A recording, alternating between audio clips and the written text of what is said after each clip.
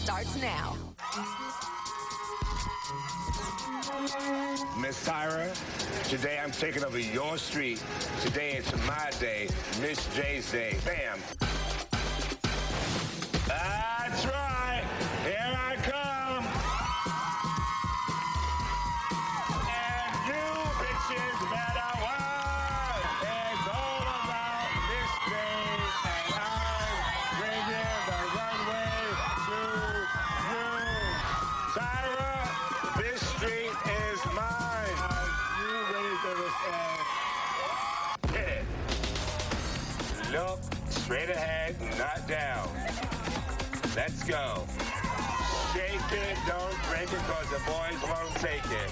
It must be jelly, because jam don't shake like that. Oh, wait a minute, look at the pressure lip. Look at the pressure. What is that? Go back, go back. What was this? Relax your mouth. Do your thing. Head up, head up. There you go. Push your money maker to the front. Now walk. Let's go. Bam. Bam, and stop biting your damn lips. Don't bite them. Ooh, Lord, what just feel fun? Oh,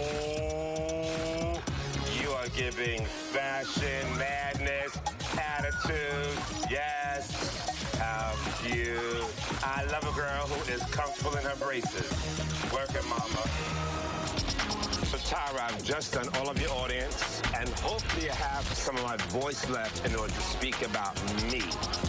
Yes, because we're going to be talking about me, so come follow the model.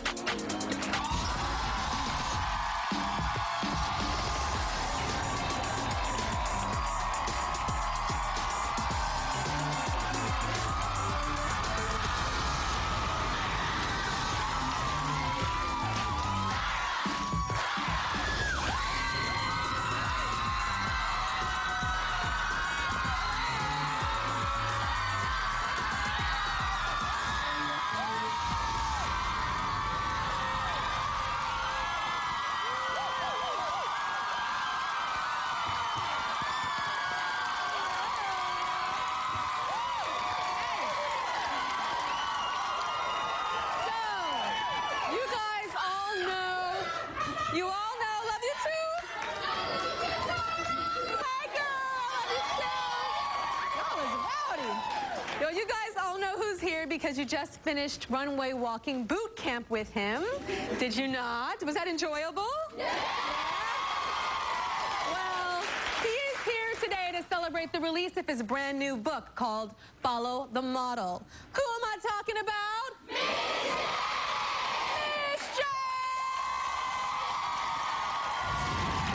Nobody works a pair of high heels better than my friend, Miss J. Ooh! He talks the talk. So how many cows you castrate a week? But more importantly, he walks the walk. Miss J is paid top dollar all over the world to teach new models, not just America's Next Top Models, how to walk the runway. Child. On America's Next Top Model, Miss J works the judges' table and the runway. Today is your Miss J's runway tips and teach. You walk as though your right leg is not yours. Your problem is your chin. Walk as though you're walking through hell in gasoline-soaked pajamas. Walk as though you've been cured. Fresh off of his big win at the Teen Choice Awards, Jay Alexander is a force to be reckoned with. Call him Miss J if you're nasty. I'm out of here. See ya.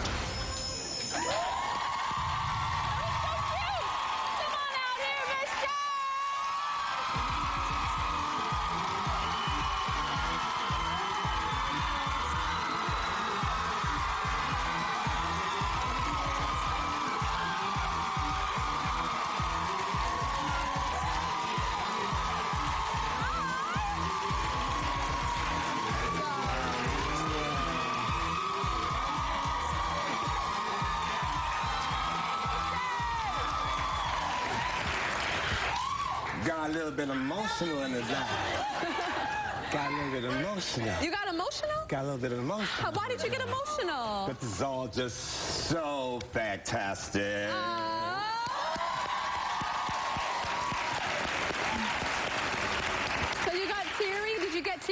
watching your video? You kind of get a little bit, you kind of get a little bit, oh, you keep forgetting what you do. That is amazing. Miss J, I didn't know that you get like emotional and stuff with the love that you get. Quite hard as nails and hard as ice, but every now and then, like I said, if you watch Extreme Makeover Houses, you break down. Extreme Makeover Houses. You get to that, you watch that show, it's Extreme Makeover, the houses, whatever.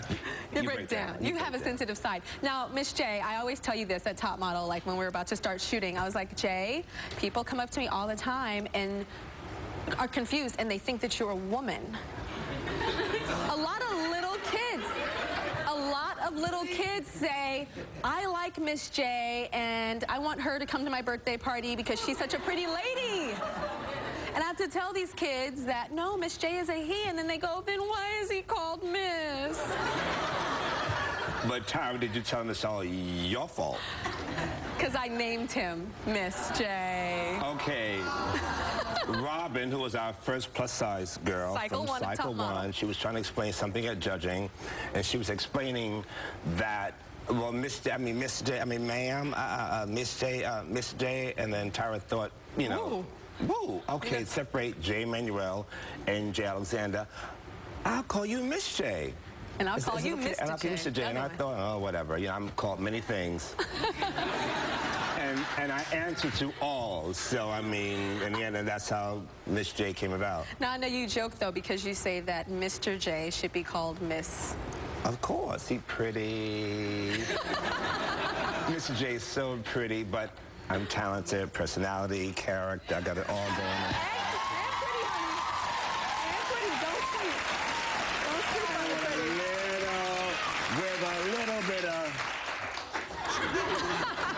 I clean up well. It is so funny, like in between takes on America's Next Top Model, Miss J like powders himself. He has his little kit. Am I saying too much? No, I just take it my own self. I try to let a few people do my makeup, and I look like my skin look like this color. And color on the couch. When you've been beating your face, from that big up until now. You know how to put it there. Do your face. So you wrote a personal memoir, and I was with you throughout this whole, I remember when you got your book deal and you were deciding what the title should be and everything. Why did you want to tell a memoir?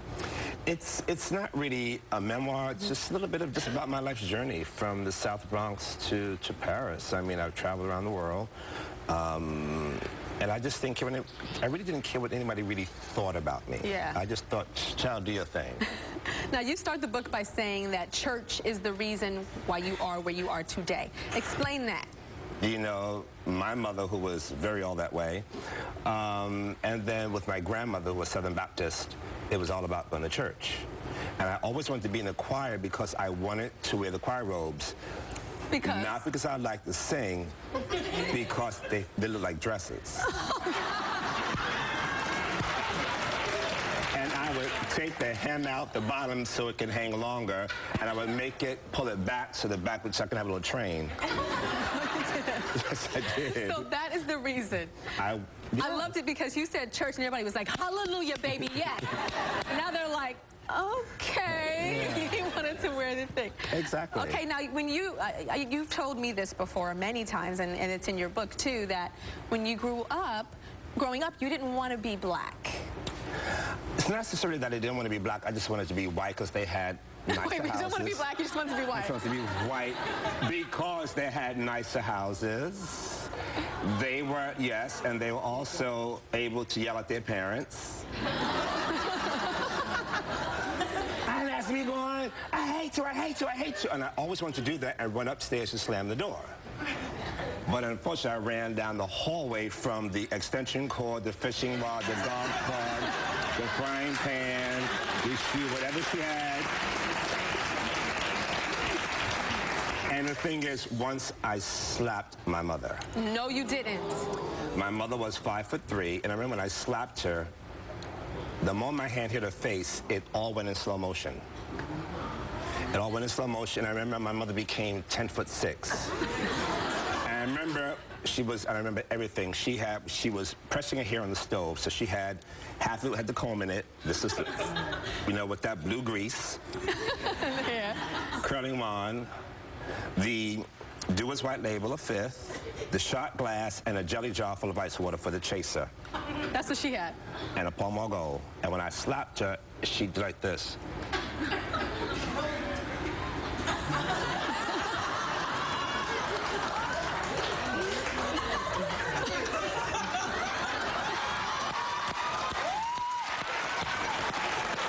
And my mother became, and I remember I was like,